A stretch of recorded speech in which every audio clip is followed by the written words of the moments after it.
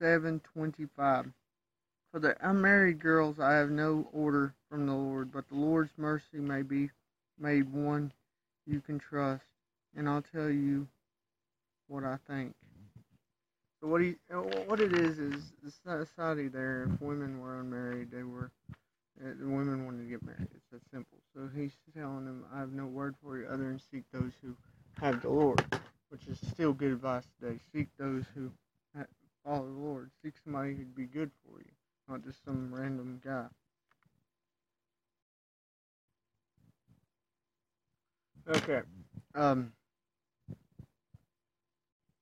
Luke 6:36 through 39. He also used this parable. No one tears a piece of cloth from a new coat to patch an old coat. Otherwise, the new coat will tear the old. So it'll tear the old when it's washed, when it's clean, because it's not shrunk. It's not pre-washed. So it's just there. When it's torn, you gotta wash it first. You gotta use old cloth on old clothing, or pre-washed and all this, because otherwise it'll shrink, and when it does, it tears further. That's what he's saying. He's using this as an illustration. We're not as good to be used until we're washed in the blood. We live as much for Him until we're grown through Him.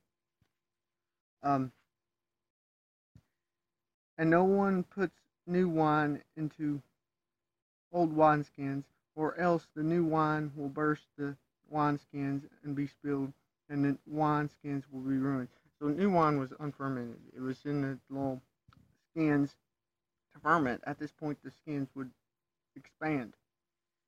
So the old wineskins had already expanded. So to put new wine in new wineskins, it just expand and eventually bust outside the wineskin, because it no room for it to expand anymore, because it had already expanded where it could. But new wine must be put into new wineskins, and both are preserved. God ain't gonna have us go beyond our limits where we bust.